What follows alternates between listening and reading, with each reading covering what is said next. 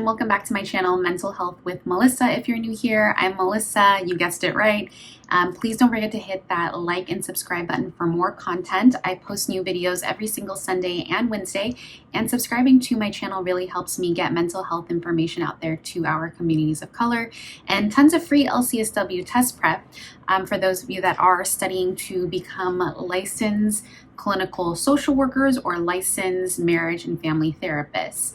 Today, we are going to be talking about clinical supervision. So if you don't really know anything about clinical supervision and you plan on getting licensed, then I'm going to link a video down below. It's a step-by-step guide on what you need to do to become a licensed clinical therapist. And so go ahead and take a look at that. This video is not going to go into the specifics about becoming a licensed therapist. Rather, it's going to go into what you need to do to find a clinical supervisor and what sorts of questions you should be asking individuals that you are interested in having as your clinical supervisor, and basically what a clinical supervisor is. So let's go ahead and jump right into the video. So as you may know, I myself am a clinical supervisor, and I've been doing it now for a few years, and also I was a field instructor, so I was a clinical supervisor basically for a student that was in their Master's of Social Work program. So I want to define what clinical supervision is, or what a clinical supervisor is, just so that we can get the terminology out of the way. And I thought that this would be a good video coming from somebody that went through clinical supervision myself, and also again now is a clinical supervisor. So a clinical supervisor is somebody that has, and you're going to want to take a look at your state guidelines, because I'm a California provider, so I think every state's jurisdictions are a little bit different. But for California, you need to have at least 2 years of experience of post-licensure work, and on top of that, you do have to take specific CEUs to be a clinical supervisor. So why would you need a clinical supervisor? So in order to become a licensed clinical social worker or a licensed marriage and family therapist yourself, you do have to practice under the license of a clinical supervisor. So what that means is you will be meeting with a licensed clinical social worker or a licensed clinical marriage and family therapist every week, depending on your hours of work, and they provide direct supervision and give you sort of education and mentorship and consultation about the cases that you're working with in terms of providing therapy or case management, or whatever capacity is that you work in. You meet with that person for an hour, you collect those hours at the end of however many hours, for every state, again, it's different. For example, it could be 3,200 hours, and then that's submitted after they sign off on those hours to gain permission to sit for your exam. So how do you find that clinical supervisor? So kind of in a nutshell, a lot of the time, if you are in a mental health or behavioral health position working for an organization, I highly recommend that when you're going through the interview process, you first ask the HR department or whoever is interviewing you if they do provide a clinical supervisor for free. Because if they do, and your priority is getting your hours, and you don't really care too much about the practice or the style of the clinical supervisor, then that's going to be your best bet when you first start out. So now, if your work either doesn't provide clinical supervision to you, or they do, and you prefer a different sort of style for the clinical supervisor, you can pretty much outsource. So that means that you can find a clinical supervisor on the outside and have them provide you your hours. However, because they are on the outside, that means that you will have to pay. So for example, one of the services I provide under my private practice is clinical supervision. And so that's something, if you're in the state of California, you can always reach out and let me know if you're interested in supervision. So now I want to give a little bit of backstory about my process when I was going through the supervision sort of era and before I got my license, so that you can kind of hear what my challenges were and kind of if I could go back in time, what I would change and all of that jazz, and then how it led me to where I'm at now. So, at the time of when I got my license in California, I believe I needed 3,600 hours or something like that of supervision hours to submit to the Board of Behavioral Sciences, which is the board in California for social workers, to sit for the exam. So that is like approximately 2.5 years. Unfortunately, it took me about, so because I started working like right after I got out of my graduate program. I could have been licensed within that 2.5 years, but it actually took me 6 years.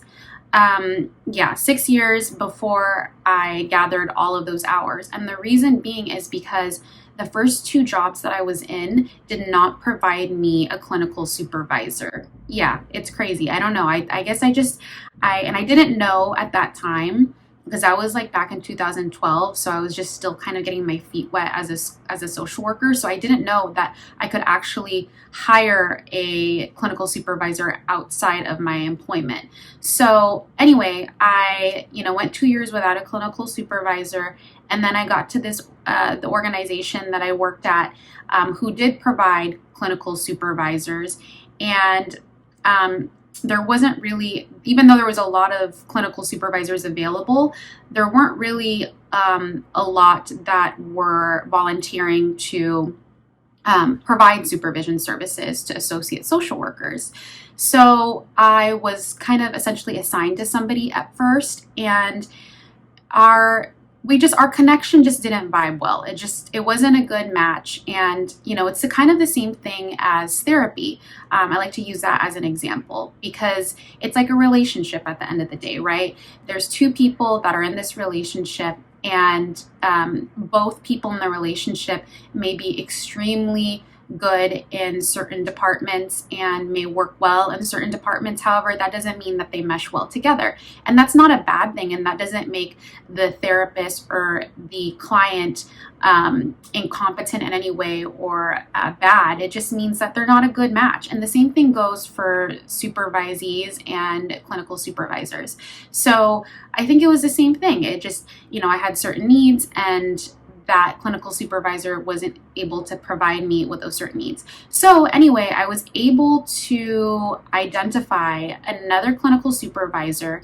I asked this clinical supervisor, a bunch of questions, and I also knew about his history, his professional history, and his reputation, and I really wanted him as my clinical supervisor. And so I was able to get him as a clinical supervisor, and that was literally the best experience of my life as a social worker, and I really have no regrets. I really give him so much credit for helping mold me and like the clinical skills that I developed as a clinician. So anyway, I was still able to use the hours that the first clinical supervisor gave me, and then plus the hours that the other clinical supervisor gave me. The first clinical supervisor, when I was with that person, unfortunately, she was on leave a lot. So even though I was with her for a year, it was pretty much like she wasn't able to sign off on a lot of my hours, even though she was my assigned clinical supervisor. So even though I was with her for like a year or a year and a half, maybe, I want to say she was only able to sign off maybe like for 6 months or less than that. So again, that's what led to even more of a delay in me being able to use those hours. So anyway, it took me a while, but I was finally able to collect all those hours after 6 years. And I submitted them, and I was approved right away because luckily both of my clinical supervisors that provided me hours were at the same organization and were still working there at the time of me completing all of my hours. Like, that is just so amazing. Rarely does that happen. So I'm sure that it would have been much more of a challenge to get those signed off if maybe they didn't work there anymore. That leads me to kind of where I'm at now. So I understand the dilemmas of finding that clinical supervisor. And while I was working at this organization, there again were plenty of clinical supervisors. However, they weren't required at that place to provide supervision services. So there was really a lack of clinical supervisors to all of the new associate social workers. And so I signed up to be a clinical supervisor, and it wasn't required that I do clinical supervision. However, it was something I really wanted to do. So that gave me the ability to, be very specific in kind of who I wanted to take on as a supervisee, and, allowed others to ask me questions to determine if I was the right fit for them as their clinical supervisor. And I'll tell you right now, there were quite a few people where after we interviewed each other, it just didn't work out, again, for the reason of you have to, be on the same page about certain things, and that there has to be that, special relationship there in terms of having some of the same goals in mind. So some of the questions that I was asked and that I would suggest you ask to a potential clinical supervisor are the following. So first, I would ask, what is your experience like? So this is from the supervisee to the potential supervisor. What is your experience like? What communities have you worked with? And what are the models that you use? So that's the first question. The second question is, what is your teaching style and how do you give feedback? And thirdly, if there is a concern that I have, how available are you?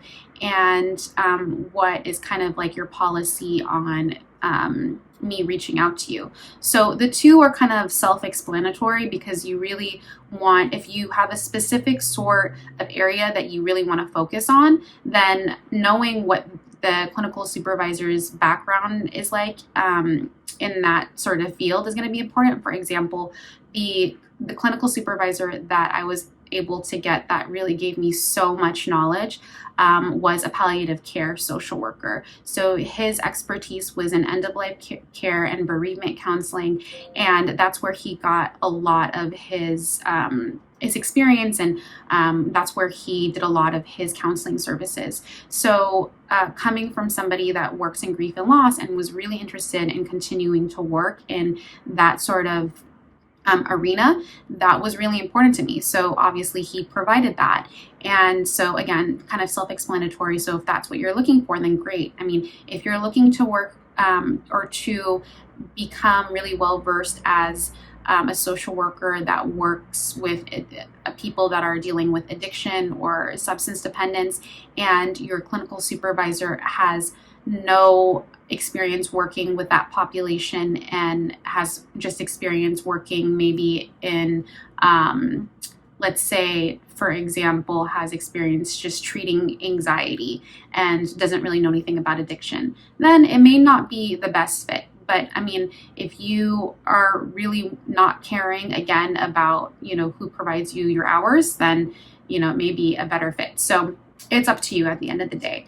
And then, when I had that third question about, how available are you and kind of what is your style in providing mentorship, and if there's something I need to talk to you about, how do I do that? That really brings into like this communication sort of dialogue, because if the clinical supervisor has like a very strict policy about not being contacted at a certain time, or feeling kind of like off or feeling like a little bit uncomfortable about discussing certain things, then I mean, hopefully that's not the case, but at least you'll be able to kind of get a gist of that when you ask that question. Now, for the other way around, if you're a clinical supervisor asking questions to a supervisee, then I would really ask that supervisee if they are open to constructive feedback, because that's something that was really important to me, because believe it or not, there are a lot of associate social workers who just prefer not to hear any sort of like critiques because of whatever the reason. And if that's the case, then that's okay. But you know, as somebody that is open to constructive critiques myself, I would find it very hard to not be able to talk about some of the constructive feedback that I have towards somebody else.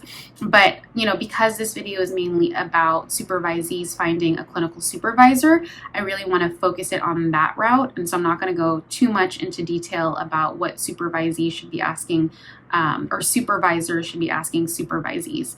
I'm really wondering how many times I said supervisees and supervisors in this video. I'm sure a lot. Like, maybe you should have a game someday and just like have a count of how many times I say those words. Anywho, so that is really in a nutshell what I recommend if you are, again, looking for a clinical supervisor. Do your research, create a plan of action about your priorities. Again, is it to save money? If so, find an organization that will provide you a supervisor for free. Is it about really the specific types of interventions you'll learn about the experience of the professional that you're going to be working with? I really leave that up to you, and I really wish you good luck. And if you have any questions, please leave them in the comment section below. I know that was a lot, so hopefully I didn't lose you. But thank you so much for sticking around and watching. Until next time, managing mental health matters.